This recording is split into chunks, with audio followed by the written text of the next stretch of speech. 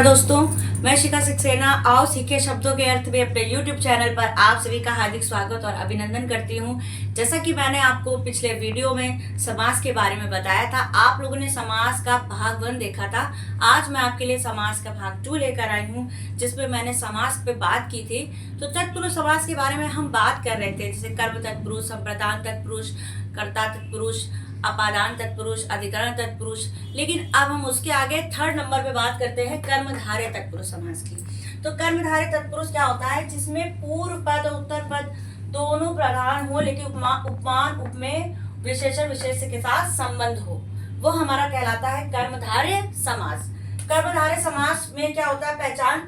जब भी उसमें आए के या जो समान, अगर ये आता है, अगर कर्मधारय समास में के या जो समान आए तो समझ लीजिए कि वो कर्मधारय समास है, हमको ही लगाना पड़ेगा।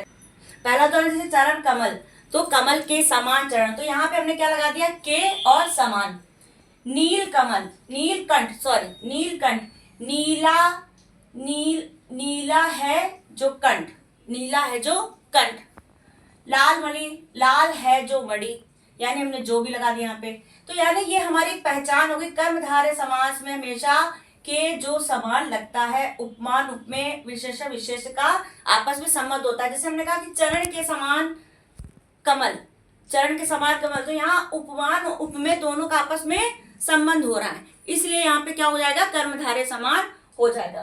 द्विगु समास की बात करते हैं। द्विगु समास में क्या होता है? जब पूर्व पद संख्यावाचक विशेषण हो, जब आपका जो पहला पद है वो संख्यावाचक विशेषण हो, जिसमें क्या कहते हैं संख्या आए, तो समझ जाइएगा द्विगु समास है। ठीक है, तो द्विगु समास में जैसे हमने लिखा है सप्त सिंधु, सप्त से आप जान रहे होंगे 7, यानी 7 सिंधुओं का समूह।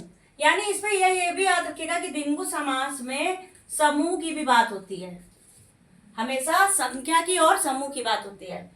त्रिलोक, तीन लोगों का समाहार, 3 लोगों का समाहार। चौराहा, 4 राहों का समूह। ठीक है, चौराहा 4 राहों का समूह।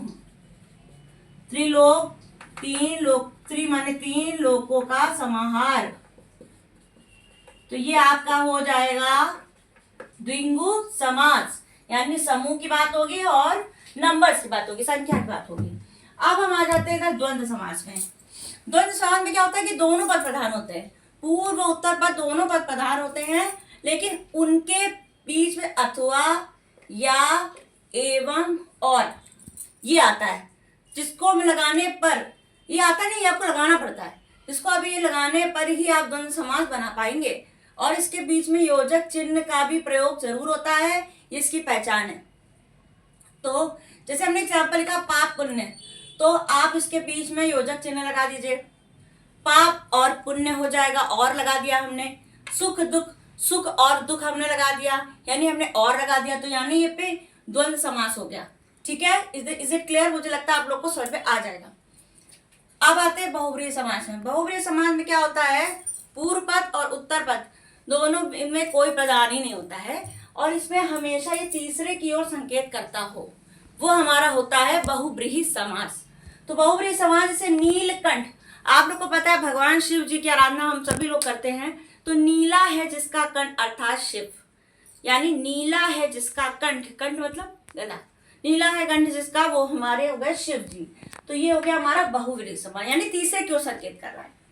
जैसे अगर हम एक और एग्जाम्पल ले लें, लंबोदर, लंबा है उदर जिसका अर्थात गणेश, यानी लंबा है उदर जिसका अर्थात गणेश, उदर बने होता पेट, तो वो भी हमारा बहुव्रीहि समास में आ जाएगा। तीसरा उदाहरण जैसे हमने ले लिया चक्रपाणी, चक्र है जिसके पाणी में अर्थात विष्णु, यानी विष्णु जी के हाथ में क्या है? चक्र है, तो वो हमारा हो गया चक्रपाणी, यानी तीसरे की ओर संकेत कर रहा है, शिव जी की ओर, गणपति जी की ओर, और क्या कहते हैं विष्णु जी की ओर। तो यानी इन एग्जाम्पल से हम क्लियर कर सकते हैं कि ये हमारा कौन सा समास हो जाएगा? बहुव्रीहि समास।